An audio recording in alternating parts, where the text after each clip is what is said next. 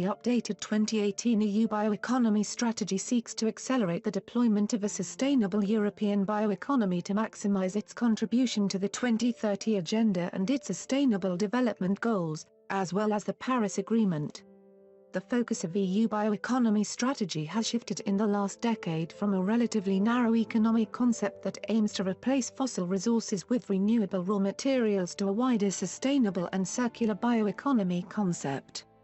The aim of this wider concept is also to reduce and recycle renewable bio-based raw materials and to improve and innovate the way food, products, and materials are produced and consumed within healthy ecosystems. The monitoring and evaluation of the success of measures taken to achieve the strategy's objectives are decisive for the successful implementation of each strategy.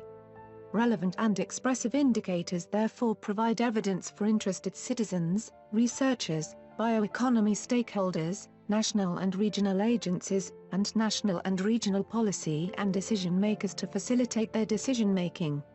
So far, there has been no commonly agreed set of national indicators to measure the bioeconomy at regional or global level.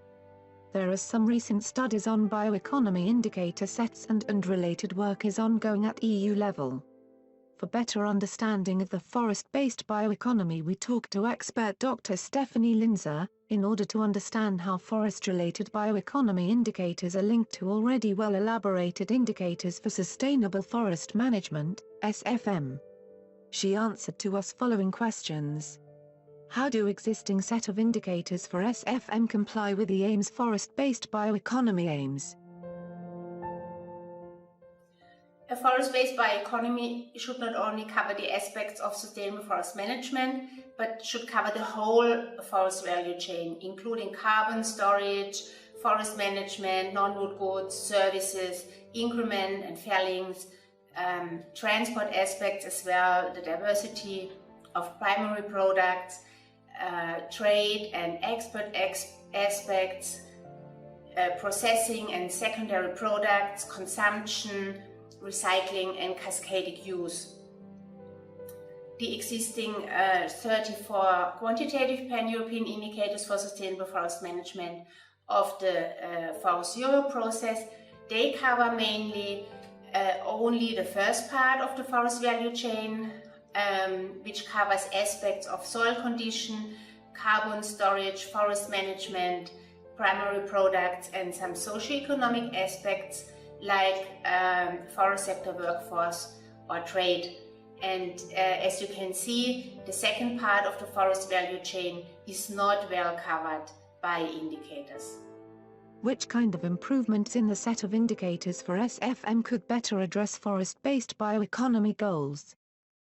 A range of already existing bioeconomy indicators, which are part of national or regional bioeconomy indicator sets or outputs of projects with potential data availability, could complement particularly the second part of the forest value chain, with indicators focusing on, for instance, on illegal logging and illegal trade, environmental sound timber processing, carbon stock of forest products, resource efficiency or new markets. The figure shows a range of potential forest bioeconomy indicators extracted from existing national sets and projects which complement the Forest Europe indicators to cover the whole forest value chain. The next figure shows the improved set of the Austrian indicators for sustainable forest management, which contains also the Forest Europe indicators, but additionally 33 indicators of particular national importance. And you can well see that the Austrian indicators for sustainable forest management cover now the whole forest value chain.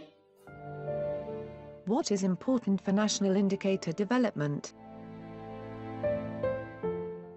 To avoid multiple similar but not identical reporting obligations, it should be considered that there are various forest-related goals or aspects also addressed in the European and in the national bioeconomy strategies and in the Sustainable Development Goals and its indicators.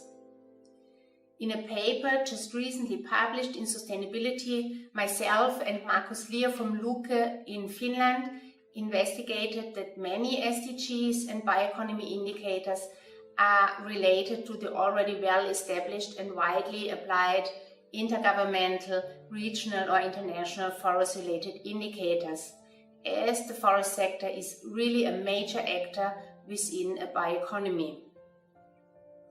We analyzed the national bioeconomy indicator sets of those 8 countries which had such a set already as part of their national bioeconomy strategies.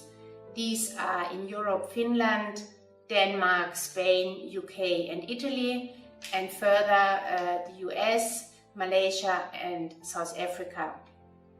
And we found out that the bioeconomy indicators cover aspects of 14 out of the 17 SDGs. And we also found out that 2/3 of the bioeconomy indicators are forest related. This means that the underlying data and information of the whole indicator or parts of the indicator are based on the forest sector. And only 1/3 of the bioeconomy indicators from our studied pool focus exclusively on sectors other than the forest.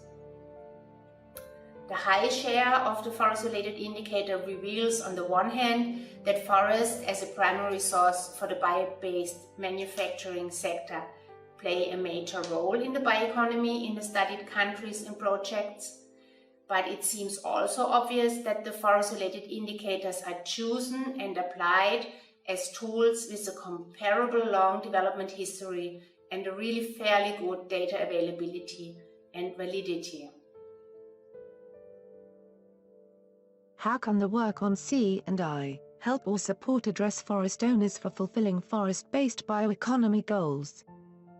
Just before we talked about the pan-European and national indicator sets.